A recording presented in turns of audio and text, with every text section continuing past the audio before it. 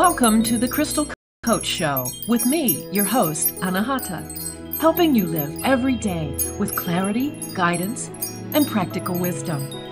Are you feeling overwhelmed, anxious, maybe disconnected? Do you ever feel like you don't know how to live a life of peace and joy?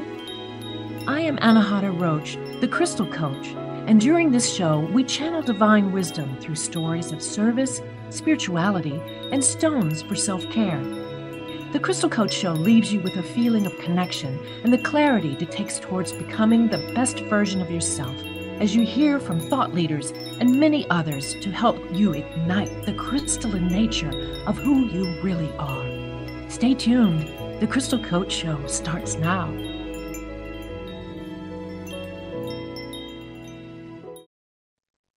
Hey there, welcome to the Crystal Coach Show. I'm your host, Anahata Roach, and I'm delighted to be here today. And guess what? This episode is just for all of the folks out there that, like me, love crystals and stones and everything about them. I want to talk to you today about a dirty little secret about crystals that you may not have really realized. And it just dawned on me the other day when I was kind of taking an inventory here in my house of all of the crystals and stones. I've got quite a bit. I mean, I've got a ton in my office, but my home has, well, rivals the office. Let me just say that. So anyway, this episode today is really going to focus on choosing and using stones for self-care, how to find them, hold them, work with them, take care of them, and allow them to support and take care of you. So the whole entire time is going to be something a little bit different. So I encourage you to just stay tuned for all of the goodies to unfold. Now, I call this, the dirty secret. And it's really, even if you've always collected stones as a child, or you're just now kind of getting crystal curious and you've got a few pieces that you like and you carry with them, or you keep them up on the shelf or whatever, it behooves you to realize that crystals can get dirty. They really can get dirty. And I'm not talking about the dust and gunk that floats around, in the atmosphere. Yeah, just like anything else sitting up on a shelf, it's going to get dusty. But what I'm calling a dirt is the energy. The crystal itself has been exposed to a lot of comings and goings in your house, ups and downs, highs and lows, emotional frequencies that could be just really overwhelming sometimes. When that happens, you may start feeling like your home is not as an aha kind of a place that you wanted it to be, or you have felt it to be before. It feels stuck or stagnant. It's like, oh, I got to do some spring cleaning. Well, even if you do some deep cleaning of your home or your office, it's still going to have that feeling of stuckness. And you're going, well, what's wrong? What's wrong is that your stones are not clear. They're dirty, energetically dirty. They have taken on as much as they can hold, and they're stuck too. So it does us both a favor to take some time to clean those properly and clear them so that we can use them, so that they can radiate their default frequency, which is what they came out of the earth with, and help us and support us on our journey. They're on their journey, we're on our journey, right? Anyway, the first thing I wanted, since I've named it dirty, I'm going to kind of go backwards and we'll work our way forwards to choosing and using. But let's just assume we have them, okay? Personally, I had more than a lot of normal people. And a lot of that has to do with the fact that a really dear sister friend of mine, who was almost kind of a spiritual mentor for me, for a while. She passed a couple of years ago, and I got like most of her stones. And some of them have been given away. Some of them, you know, I've got in boxes still. But it hit me that those need to be cleared and cleaned because they had all of the energy of what was happening in her with her as she went through, her illness and finally passed. So that's got to get cleaned, right? So how do you do it? How do you do it? Well, there's a lot. There's several different ways that I want to talk to you about. One of them is the easy way, which is to put them hold them under running water.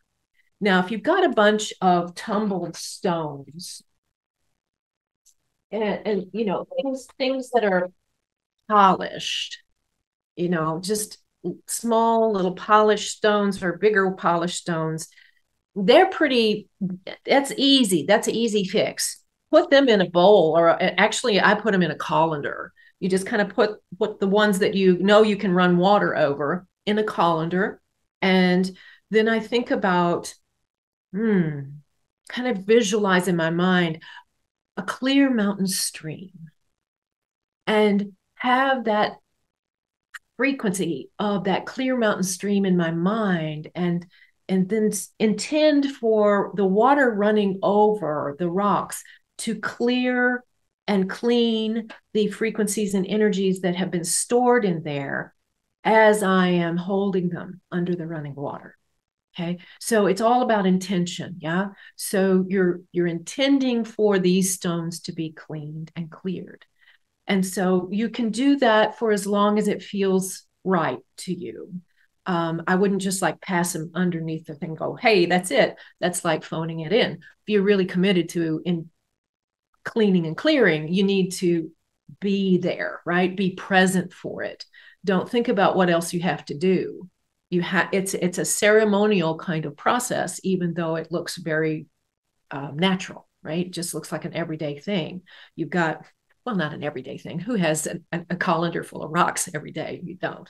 But the intention is to be present for the clearing. Okay. All right. So that's the easiest way of clearing stones, at least if you've got a lot of stones to clear at the same time. Okay. If you just have one or two, you just hold it in your hand and run it over the water, right? Those are easy. The polished stones are easy because you can run water over. Now, there are some that, like selenite here. If you have a big old selenite log, or even if you have a little small piece of selenite, that actually dissolves in water. I have friends that have taken baths with a big chunk of selenite and got out and said, where'd the selenite go? Well, it went into the water, so your skin absorbed it. And so then, if you want to use it as a bath salt, I guess that's one way to do it. But if you're looking to hold on to that piece that you have, don't take a bath with it. It's going to dissolve. Lepidolite is another mineral that in a raw form will dissolve in water. And so you don't want to do that. I actually had one time, I thought pyrite was okay, but I had a pyrite rose, which is all of these little cubed pyrite formations that came in kind of like a flower thing. And I had it in my colander with all the other ones, and it dissolved. The concretion mud or whatever the binder was for all of these individual pyrite pieces just dissolved. It was kind of sand base, actually. I didn't even realize that. So don't make that same mistake if you've got a very kind of a unique specimen of pyrite that looks like a flower. Please don't put water on it. Let me see, that selenite and lepidolite, and there's some others too that I wouldn't recommend putting in water. But I think you could be it could be said that any type of quartz is safe. Any type of quartz, um, amethyst, rose quartz, smoky quartz, clear quartz, citrine, all of those quartzes, and then carnelians, and there's other SiO2 based stones that don't mind water, right? They're hard enough. They're like glass. The SiO2 is glass, right? So it's got that glass-like quality to it, and it doesn't absorb water. But so for those that don't need water, that don't like water, the way to clear and clean them and stop them from being dirty is with sound or with smudging. Now, what do I mean by smudging? Smudging is like if you get a bundled up piece of white sage, you can get it online or in any metaphysical store.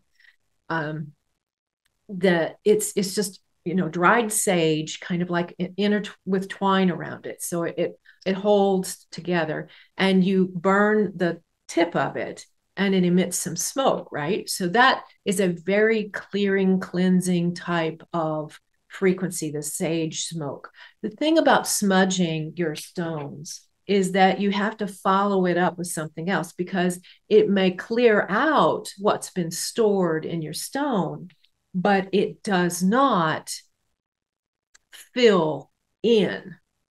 It doesn't, it clears out like water clears out and then leaves no residue, right? But so smoke and the smudging, it only takes it out. But nature abhors a vacuum. So if you're clearing something, something else is going to come in unless you fill that space. So filling the space with sound, where either you have tincture bells, or you got a drum, or you got a rain stick, or you can tone. The only thing is with toning, you don't have to be a singer. You just have to, and again, it's the intention. You have the clear mountain stream in your mind, and you just tone that frequency. You ask for whatever the frequency is of that tone, and that's what comes out. So you can use sound, and you can use sweetgrass to follow up the smudging with sage. So sage and sweetgrass go together. Sage clears, sweetgrass fills. So sweetgrass comes usually like a braid, in a long braid. And again, you just light one end of it and use the smoke that comes out. And then you can, it lasts a pretty long time. Okay, so that's the big number one thing. I didn't save it for last. I gave it to you up front, but I want to spend the rest of our time together talking about how you go about choosing and preparing, connecting, and using crystals for self-care. We're going to take a quick break, and when we come back, that's our next subject. Don't go away.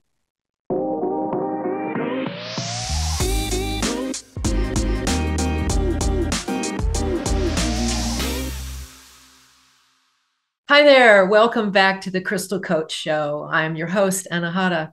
We're talking about crystals, and we just reviewed how to clean and clear those dirty crystals. I mean, in terms of cleaning and clearing, I would recommend that you think of, if you start to feel like the environment has shifted a little bit, that it feels a little sleepy or dull or maybe even stagnant, that would be your signal to take your stones and do just a little clear and cleanse. And the more the more often you do that, the less intense the dirt, the energetic dirt is. So whatever feels comfortable for you, but I always think about it as when I recognize that things seem stuck and I need to really do some heavy duty cleaning, I'm like, oh, the stones too. Yeah.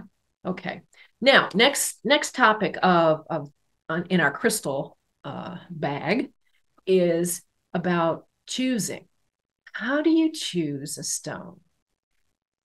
What I always tell people is there are so many books out there and so many descriptions of what crystals and stones do that as to be just really confusing. So if you read a definition in a book about what a stone or a crystal can do to support you, what frequency it holds, don't don't say, "Oh, I need that," and go out and get it, because that's your head. That's your head telling you, "Oh, that would be good for me," but it's not your body. The best way to choose a stone or a crystal is something that resonates with your body. So if you're like, for example, at a home goods store and you see this big, huge chunk of calcite or selenite or whatever, and you go, oh my goodness, that's so gorgeous. Your body is saying, oh, I want that.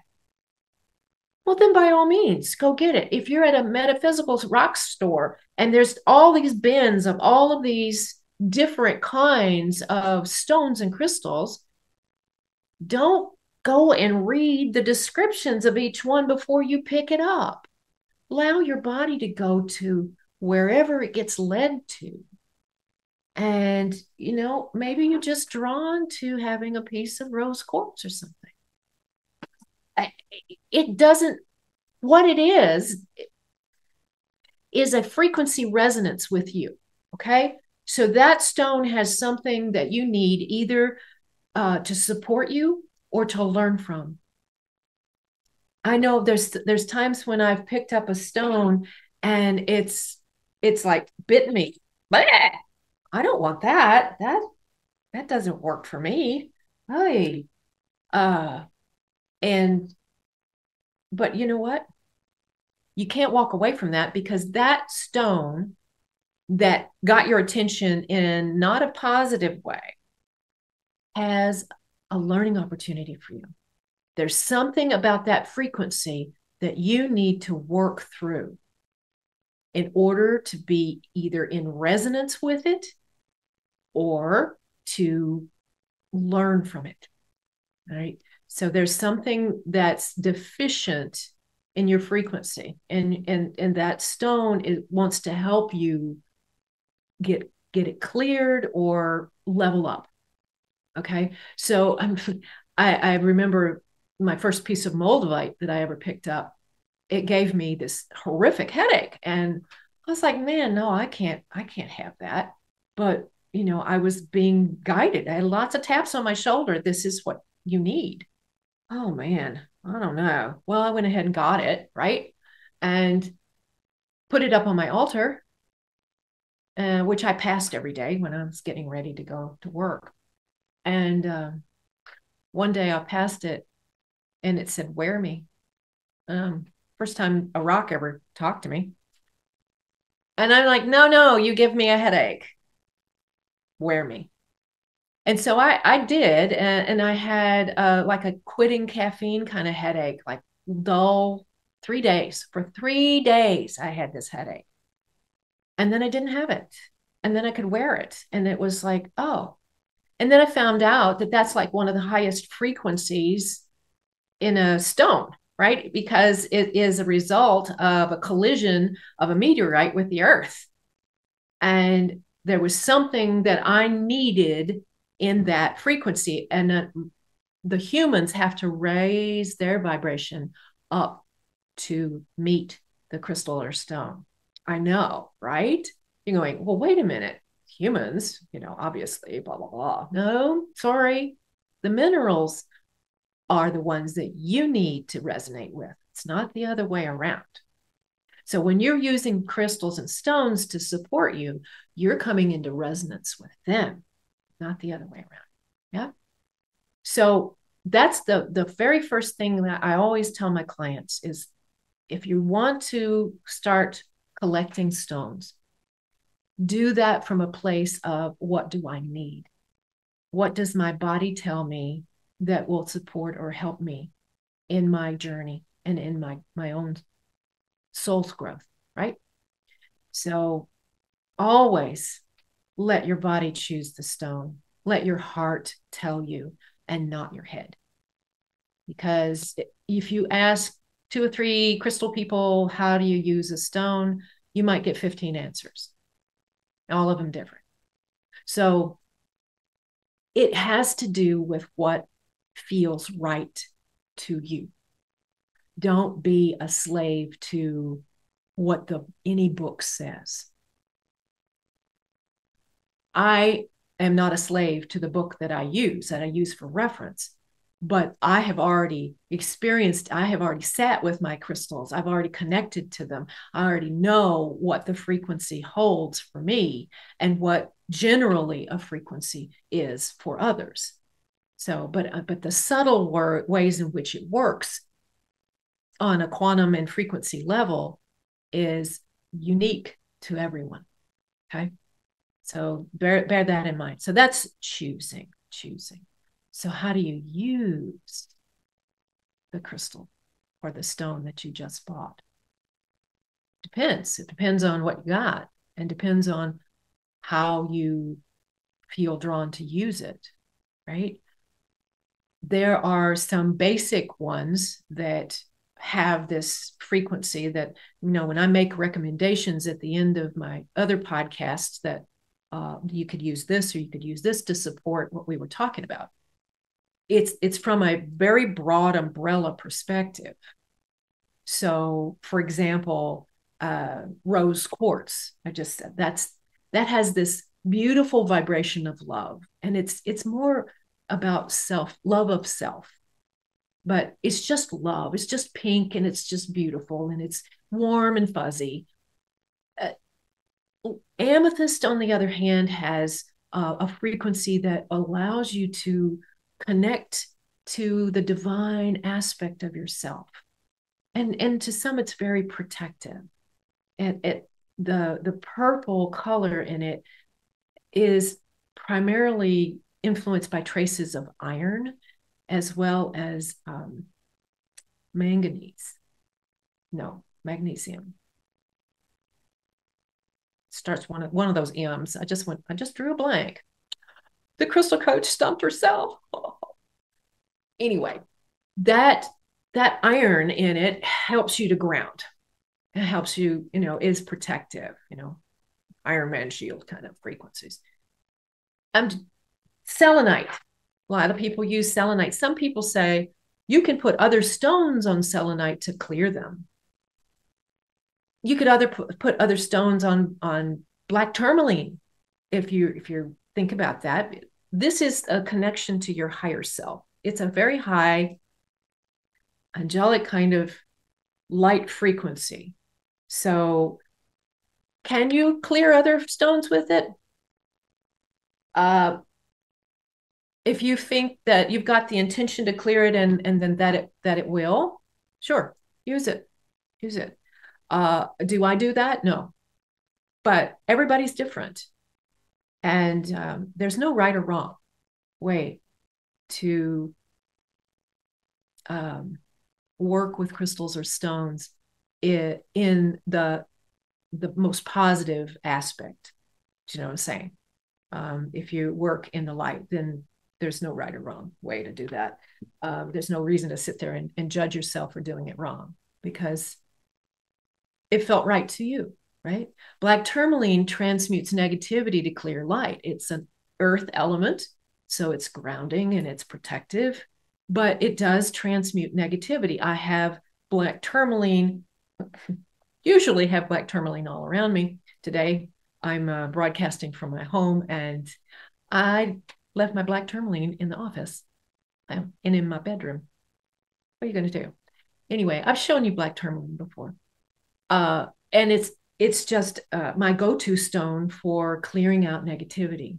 So if you want to if you have a big chunk of black tourmaline, put a couple of stones around it or put it in the center and put your stones around that. And it will help to clear out the negativity in those stones. So using the way I want to share with you that there's a connection that you can make with every one of your stones. And when I'm teaching others how to use stones and mentoring my folks, I say, look, you can keep what really helped me when I started out was keeping a stone journal. So every time I got a new stone, I would write out, when I got it, what it was, look up the formulary for it, so I would know what the predominant mineral, always the formulaic molecular structure, the predominant minerals are the ones in the front.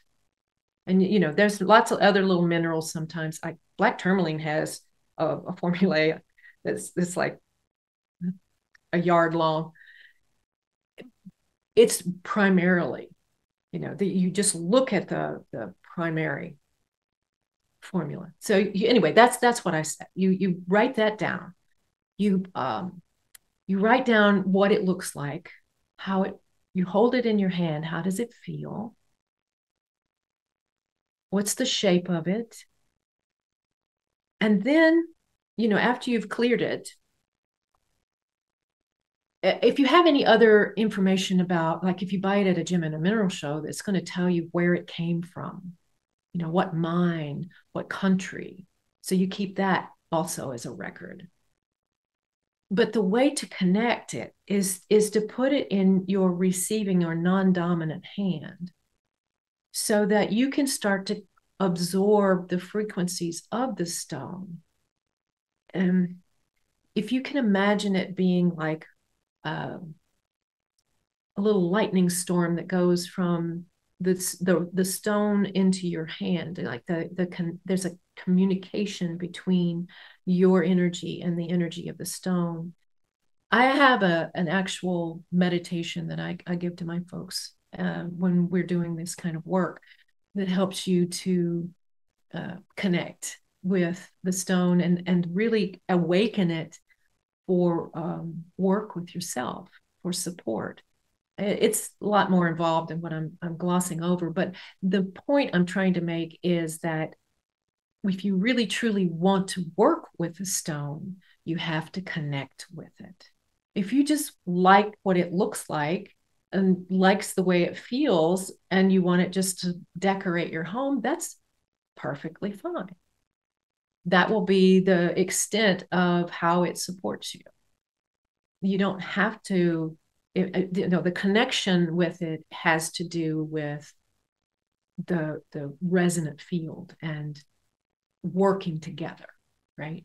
So if you have something that you feel really drawn to work with, that is what you need to work with. That's how you need to approach it, is to make sure that you've got a physical connection with the stone, so that you can exchange energy. And then you can, as you are connected to it, you can ask how best we can work together. That's serious. That's a serious commitment. So not everybody's ready to do that, but that's another way to use it. The way to use the stones on a kind of a superficial level is with the self-love frequency of rose quartz, for example. If you're feeling down, if you're feeling, you're beating yourself up and you need a hug, you need an energetic hug. This is my energetic hug. This is a beautiful, huge piece of sphere of rose quartz. And this is my baby. So whenever I need a hug energetically from my rose quartz, I go to this thing. And she's beautiful and I love her. But that's how I connect, sometimes superficially. And that's how you could connect as well. Or if you need a kick in the pants to get something done you've been procrastinating, pick up a piece of carnelian. And if you have connected with it, even superficially, by clearing it and having it in your home, you can use that to say to yourself, hey, this is going to help me take that action I need to take. Right? Yeah. I think I've covered all of those bases. I'm going to take another quick break. And when we come back, we'll wrap this up I'm going to talk to you about how you can use some crystals in water as like a charged water. Okay. So don't go away. Come right back and we'll see you in a few minutes.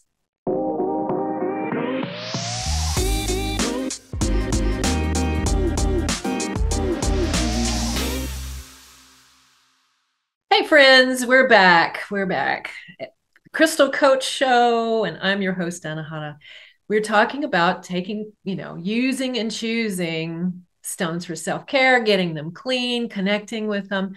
And now, as kind of a last parting gift for you, I want to talk about how you can use some of these stones to charge your water. Okay.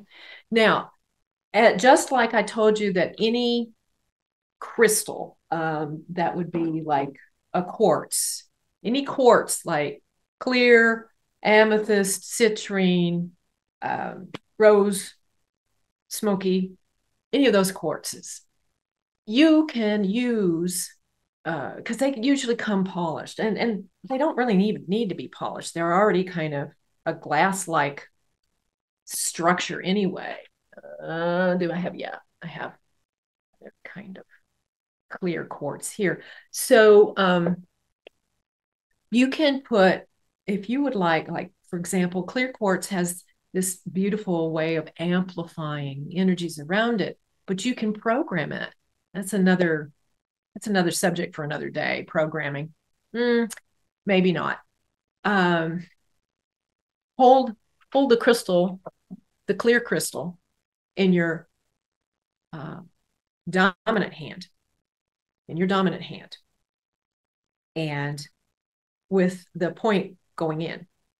And then with whatever you're intending to place in it, whatever emotion you want. So, say you need confidence, or you need strength, or you need energy, or you need to remember something. Whatever that energy is, sit with that energy and connect to the stone and ask that it hold that for you. You are programming the crystal to hold the vibration of love, of support, of courage, of whatever you want, right? Something that will help you. And then when it's programmed, you'll feel it. And you need to use it. You take it in your non-dominant hand, again, with this pointing. Did we tell you to do it this way? Yeah, no. When you're programming it, it goes out. When you're receiving it, it goes in. There you go. That's how it goes. And so you're receiving, if you want to receive that which you've programmed in a stone, then you turn it back around and it comes in. You're receiving. You're programming out, you're receiving in. Okay, does that make sense?